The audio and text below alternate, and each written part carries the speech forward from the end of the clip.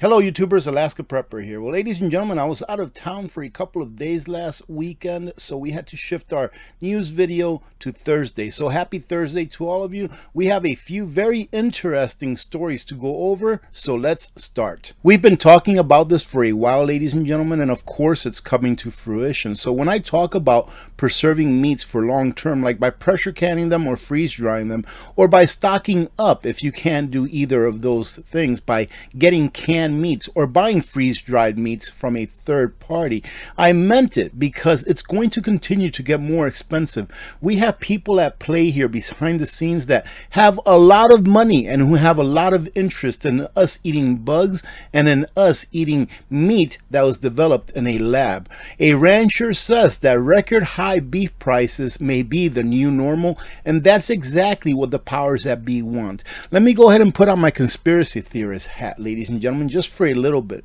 In my opinion, I'm not a medical advisor or doctor or professional of any kind. In my opinion, meat makes you strong.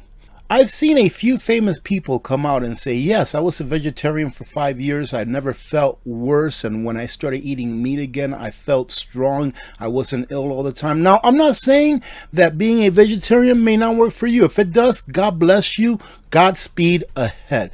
But in my opinion, people were meant to eat meat, and meat makes people strong. And what does a population that is strong do? It stands up to its government. I know AP is always going back to this government thing. Why, ladies and gentlemen? Because I study history. AP, can you just report the news without getting so emotional? No, ladies and gentlemen, I can't. But beef prices, as we've discussed in the past, skyrocketed to a new record high this Memorial Day weekend, as industry experts warned that costs could continue to rise even higher if current regulatory, in other words, taxes and economic conditions remain unchanged. Remember those input costs that we talk about all the time? Well, that is why the price of beef is going up so high. Regulations, number one, are taxes, and it's an input cost, meaning that it's going to take away from the bottom line of the rancher, of the producer, whatever you want to call it, and who's going to pay for it? You are. And for those of you that are new here, I don't go through the entire story or article. I just pick small pieces out in hopes that you will come back and revisit the article or story that I read. I will leave the link to all of these on a pinned comment right under the link for the sponsor of this video, which is Genesis Gold Group. We are seeing prices at an all-time high, and it's getting close to that point when the consumer is going to say, I can't do this anymore. It's just too costly. And that's where they want to push us. They want to push us to the point where we can no longer afford meat. Open your eyes, ladies and gentlemen. I mean, they're already doing it for McDonald's, for Burger King, Taco Bell, Chick-fil-A, or Chick-a-Phil, if that's how you call it. And now they're going to start doing it, ladies and gentlemen, for things that really nourish your body, like beef and other types of meats. Why? I'm pretty sure that there are some characters behind the scenes that maybe have stock in lab-grown meats, or meats that are made with insects and plant-based, etc., that would love to see regulations say you can't eat meat anymore, but you can eat this and it tastes just like it. Now, who do you think said this right here? Quote, all rich countries should move to 100% synthetic beef. So this person himself is saying this is not real meat. It's synthetic. It's fake. You can get used to the taste difference, he says. And the claim is they're going to make it taste even better over time, says Mr. Gates. Eventually, that green premium is modest enough that you can sort of change the people or use regulation to totally shift demand. What does he mean here? Eventually, that green premium is modest enough. Eventually, you won't be able to afford the beef, or you can make regulations so that the consumer can no longer afford the beef, and they'll then have to turn to an alternative. So for meat in the middle income and above countries, I do think it's possible, he added. We are under attack, ladies and gentlemen, right? We are under attack. This is, in my opinion, a national security issue. If you do not have people in a country that are strong enough, that are fit enough to fight, then you don't have a nation that's defendable. And now this is the person being interviewed saying this, okay?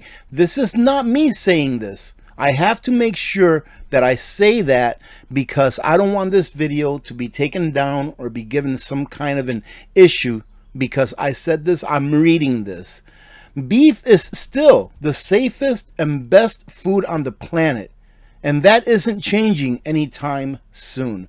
What are the ingredients in beef that are raised instead of beef that is grown in a lab? Take a look at the difference in the ingredients, ladies and gentlemen. Beef that is raised, the ingredient is beef. Beef that is grown in a lab, I don't know what the ingredients are, but it's not beef. According to Mr. Sullivan, if Americans don't stand up and fight now for their small farmer, eventually everyone will be priced out of the nutrient-rich red meat.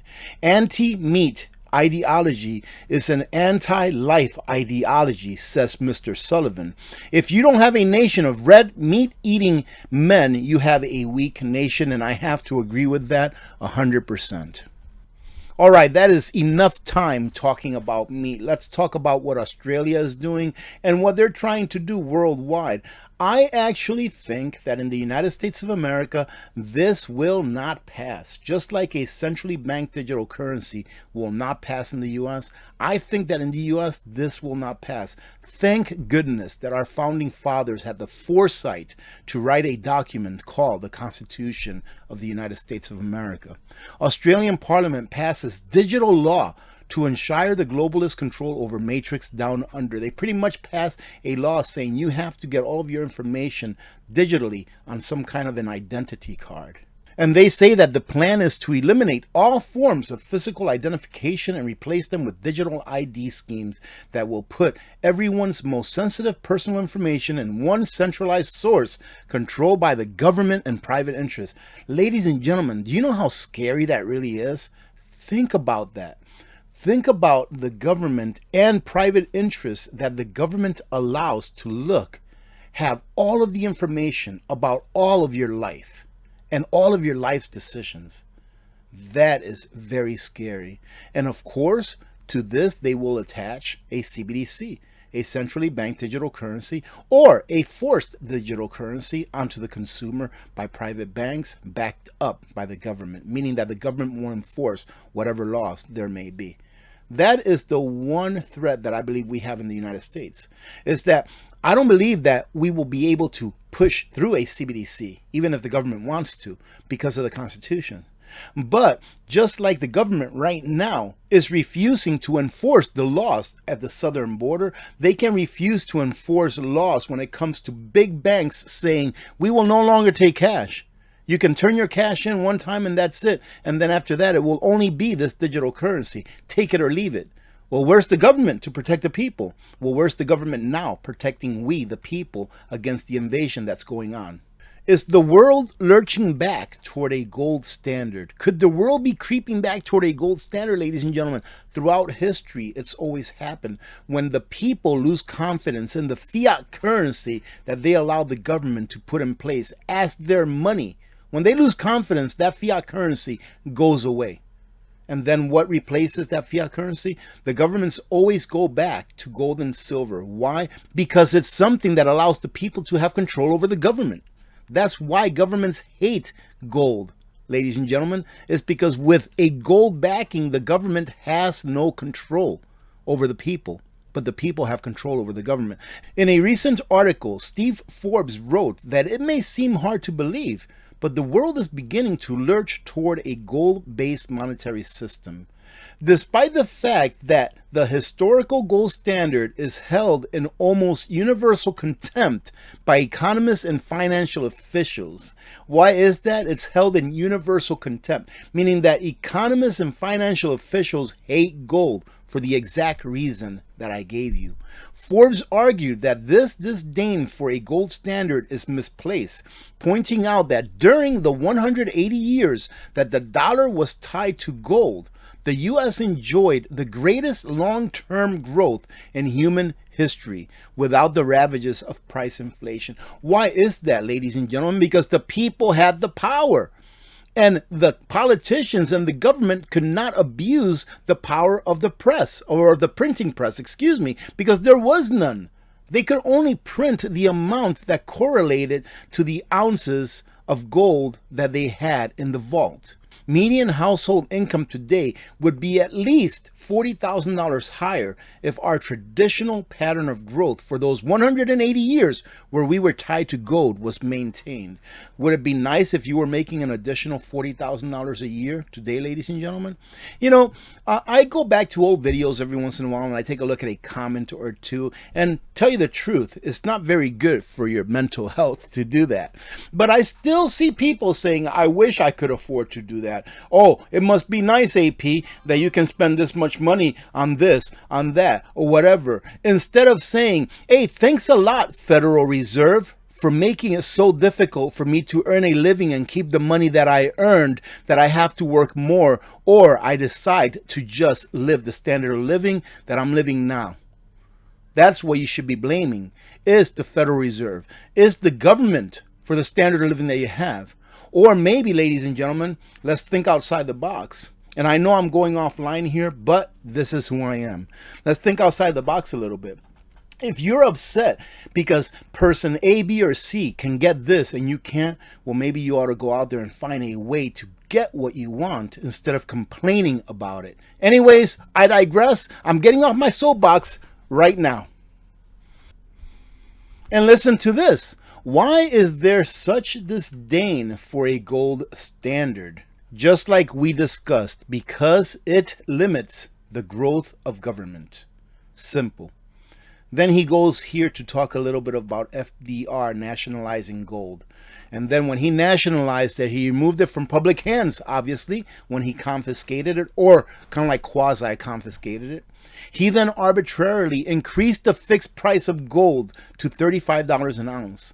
This effectively boosted the value of gold on the Federal Reserve's balance sheet, and then they were able to print 69% more of the fiat currency that there was out in the economy. And they say that right here. By increasing its gold stores through the transfer of private gold to the Fed and declaring a higher exchange rate for the gold, the Fed could circulate more paper money. In effect, the hoarding of the gold by the government allowed it to inflate the money supply. I've talked about this several times, ladies and gentlemen, that when they confiscated the gold, which they didn't get all of the gold. I believe that most people held on to their gold, but they were able to confiscate enough so that they can bring inflation up, meaning print more money out of thin air by reevaluating gold. And what did they do with that money that they printed out of thin air?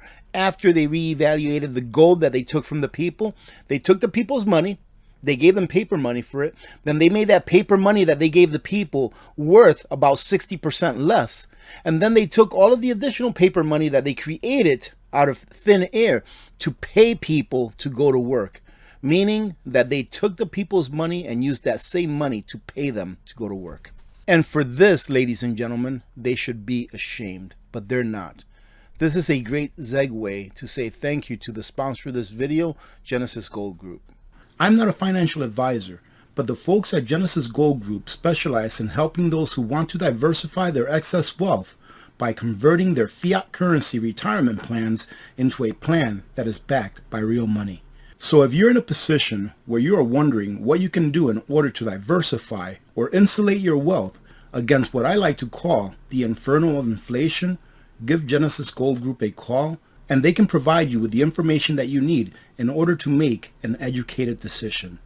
Have they learned nothing, or are they doing this on purpose in order to crash the system and make more people homeless like they did back in 2008?